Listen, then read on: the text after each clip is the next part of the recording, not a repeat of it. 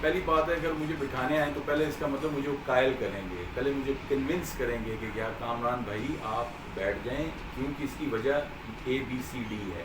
ابھی تک مجھے ایک بھی بندہ آ کے اس نے یہ نہیں کہا کہ کامران صاحب آپ کو یہ الیکشن نہیں لڑنا چاہیے کیونکہ اس کی 1 2 3 یہ ریزنز ہیں. ابھی تک جتنے بھی لوگ آئے انہوں نے کہا جی بالکل لڑنا چاہیے, کہ نئے چہرے آنے چاہیے, نیا بندہ آنا چاہیے. ضروری تو نہیں ہے کہ ایک بندے نے الیکشن لڑا تو اس کا باپ بھی لڑ رہا ہے, اس کا بیٹا بھی لڑ رہا ہے, اس کا پوتا بھی لڑ رہا ہے. وہ جو وراثتی نظام اس میں سر دیکھیں اس میں ایگزیکٹلی اس میں جیسے خان صاحب کہتے ہیں کہ بلاول پہلی جاب کیا چاہتا ہے یا مریم نواز پہلی نوکری کیا چاہتے ہیں, پرائم منسٹر آف پاکستان. اسی طرح سر اس کو چھوٹے لیول پہ لے آئیں تو یہ لوگ بھی کیا ہے, باہر سے گئے, تعلیم حاصل کی, پہلی نوکری کیا ہے جی MNA MPA وزیر. یہ ان کو کیا پتا کہ گراس روٹ لیول پہ غریب آدمی اس کے کیا پرابلمز ہیں, وہ کیا کیسے پستا ہے, اس نے کیسے گزارا کرنا ہوتا ہے. ہم سر جب باہر کے ملکوں میں رہے ہیں تو ہم نے یہ سارے کام کیے ہیں, ہم نیچے سے اوپر آئے ہیں, ہمیں کسی نے کوئی چیز MNA کا بیٹا اور بیٹی تو پہلے سونے کا چمچ لے کے پیر صاحب کو پیدا ہو گئے ہیں نا, ان کو تو پتہ ہی نہیں ہے غربت کیا ہوتی ہے, غربت کا گراف کیا ہوتا ہے, اگر ایک وقت کا کھانا نہیں نصیب ہوتا تو اس کی کیا اذیت ہے, اگر دوائی لینے جاتے ہیں اور دوائی کے پیسے نہیں ہوتے تو اس کی اذیت کیا ہے, کنبہ بڑا ہے, گھر کھانے کو کچھ نہیں ہے. یہ آپ کیا سمجھتے ہیں کہ کیا ان کی سوچ اس طرف چلی جاتی ہے؟ سر جو بندہ ایک چیز سے گزرا ہی نہ ہو اس کی سوچ کیسے جائے گی؟ تو کیا ہمیں انہیں MP MNA پھر بنانا چاہیے جنہیں ہمیں ہمارا اندازہ ہی نہیں ہے کہ ہمیں کیا چاہیے؟ سر یہ اس چیز کا انتخاب تو عوام نے کرنا ہے نا. عوام کے اندر اتنی اویئرنیس تو ہونی چاہیے کہ یار ایک بندہ کس بیک گراؤنڈ سے آیا ہے, ایک بندہ کس بیک گراؤنڈ سے آیا ہے, کہ مجھے جو آگے ریپرزینٹ کرنا ہے وہ کس بندے نے کرنا ہے, کیسے کرنا ہے, جس کو میرے پرابلمز میرے مشکلات کا پتہ ہی نہیں ہے کیونکہ ان چیزوں سے گزرا ہی نہیں ہے, اس کو آگے لے کے آنا, اس نے آگے ریپرزینٹ کرنا. تو یہ سب یہاں پہ لوگ ایجوکیٹ ہی نہیں کیے جاتے ہیں, لوگوں کو پتہ ہی نہیں ہے کہ ہمارا ووٹ ہے, ہمارا کوئی حق ہے, ہمیں حق ملنا چاہیے. ان کو ان کی اہمیت کا ہی اندازہ نہیں ہے. بس ان کو یہ پتہ ہے کہ جی ہم پیر صاحب کے زیر سایہ بیٹھے ہیں, اگر ہم ووٹ نہیں دیں گے تو پیر صاحب ہم سے سر سے ہاتھ اٹھا لیں گے. سر لیکن ہم 2022 میں بیٹھے ہیں, ہر بندے کے پاس چھوٹے سے لے کے بڑے سے بڑے تک اسمارٹ فونز ان کے ہاتھ میں ہیں, پوری دنیا ان کے ہاتھ میں ہے, دیکھ رہے ہیں پوری دنیا میں. اور خان صاحب کی خاص بات ہے کہ ان لوگوں نے لوگوں کو شعور ضرور دے دیا ہے. تو سر یہ جو باتیں آپ کر رہے ہیں یہ زیادہ دیر اب چلنے والی نہیں ہیں, یہ ایونچولی آج نہیں تو کل یہ بدلیں گی. آپ یہ نوٹ کریں گے کہ ایک ہی گھر میں والد صاحب جو ہیں وہ ایک پارٹی کو سپورٹ کر رہے ہیں, جو ان کے گھر میں بیٹا جو ہے وہ کسی اور پارٹی کو سپورٹ کر رہا ہے, کیونکہ وہ کہتا ہے میں اس ویژن پہ کھڑا ہوں, میں ان کے ساتھ چلوں گا. آپ والد صاحب بے شک آپ جس کو مرضی ووٹ دیں لیکن میرے پہ پریشر مت ڈالیں. تو آپ یہ دیکھیں گے کہ آہستہ آہستہ لوگوں میں بہت زیادہ اویئرنیس آ چکی ہے, اور کچھ لوگ ابھی رہتے ہیں, ٹھیک ہے, اور وہ بھی کہہ لیں کہ ایک وقت کسی زمانے میں لوگ اخبار گھر میں آتا ہوتا تھا, اب لوگ اخبار نہیں لیتے, اگر لیتے بھی ہیں تو بہت کم پرسنٹیج پہ لیتے ہیں. کیوں؟ ان کو ہر خبر ایک اسمارٹ فون پہ مل جاتی ہے. تو اس دور میں یہ کہنا کہ جی ہمیں پتہ نہیں ہے یا عوام ایجوکیٹڈ نہیں ہے, یہ بھی ایک غلط بات ہے, کیونکہ عوام ایجوکیٹڈ ہے, ان کو پتہ ہے, اور عوام نے یہ at the end of the day فیصلہ عوام کا ہی ہوتا ہے کہ اگر ان کے پاس یہ ایجوکیشن ہے تو وہ اپنا MNA یا MPA. ہاں اس میں صرف یہ ہوتا ہے کہ اگر آپ کے پاس چوائس ہی نہیں ہے, ٹھیک ہے, ایک اگے کھائی تو پیچھے کھو, اس میں پھر یہ چیزیں جو ہے نا وہ آپ کی بات ٹھیک ہے کہ عوام کا یا ہلکے کے لوگوں کے پاس چوائس ہی نہیں ہے تو وہ کیا کر سکتے. تو اس لیے میں یہ سمجھتا ہوں کہ ہمارا پالیٹکس میں آنا ایک خوش آئند بات ہے, پازیٹیو چیز ہے کہ ہم کم از کم لوگوں کو تھوڑا کمپٹیشن تو دیں گے نا. پھر صاحب آپ اس چینل کے حوالے سے لوگوں کو یا اپنی حلقے کی عوام کو کیا میسج جو ہے وہ دینا چاہتے ہیں؟ آپ کیا سمجھتے ہیں کہ ان کو کیا کرنا چاہیے؟ ان کو عوام کو سر عوام کو صرف اور صرف اپنا کینڈیڈیٹ جس کو بھی ووٹ دیں سوچ سمجھ کے ووٹ دیں. یہ آپ کا اپنا ووٹ ہے, اس پہ کسی کی کہہ لیں کہ میرے کہنے پہ بھی نہ دیں, کسی کے کہنے, اپنی ریسرچ کریں, اپنا دیکھیں کہ یار میں جس بندے کو ووٹ دے رہا ہوں کیا وہ اس کے قابل بھی ہے، اور اگر کچھ لوگ آزمائے ہوئے ہیں تو ان کو بار بار آزمانا بھی ایک غلط بات ہے. ایک نئے بندے کو آپ اپرچونٹی دیں، وہ اگر ڈیلیور دیکھیں مولا علی کا کال ہے آزمائے کو بار بار مت آزمائیں. صحیح بات. اگر آپ ڈفرینٹ رزلٹ دیکھنا چاہتے ہیں تو آپ اسی کو ووٹ دے رہے ہیں تو پھر سر ڈفرینٹ رزلٹ نہیں آنے والے، وہی ہوگا جو پچھلے 5 سالوں میں آیا تو اگلے 5 سال بھی وہی ہوگا. چینج اللہ تعالیٰ ان کی مدد نہیں کرتا جو اپنی مدد خود نہیں کرتے. اگر آپ چینج نہیں لے کے آئیں گے تو چینج کبھی بھی نہیں آئے گا. یہ بات صحیح ہے آپ کی کہ سب کی God helps those who help themselves. جی ناظرین، تو آج کا میرا انٹرویو پیر صاحب کی آپ نے بڑی پیاری گفتگو سنی. بڑے ہی مجھے ہوئے سیاستدان ہیں. میں نے ان کی فرسٹ انٹری میں دیکھا ہے کہ ماشاءاللہ بڑے نالج رکھنے والے، بڑے ہمدرد اور ملنسار، لوگوں کی خدمت کرنے والے، بے لوث خدمت کرنے والے ہیں. تو ہمیں بھی ایسے امیدوار جو ہے وہ تلاش کرنے چاہیے جو کہ بہت زیادہ کمپیٹنٹ ہوں، جو درد انسانیت رکھنے والے ہوں، غربت کا غریب کا احساس کرنے والے ہوں. تو ایسے لوگوں کو ہمیں انتخاب میں لانا چاہیے. تو انشاءاللہ تعالی نئے چہرے، نئی باتیں، نئے انکشافات کے ساتھ حاضر ہوں گا. آپ کا ہوسٹ عباس انجم چوہان. اللہ حافظ.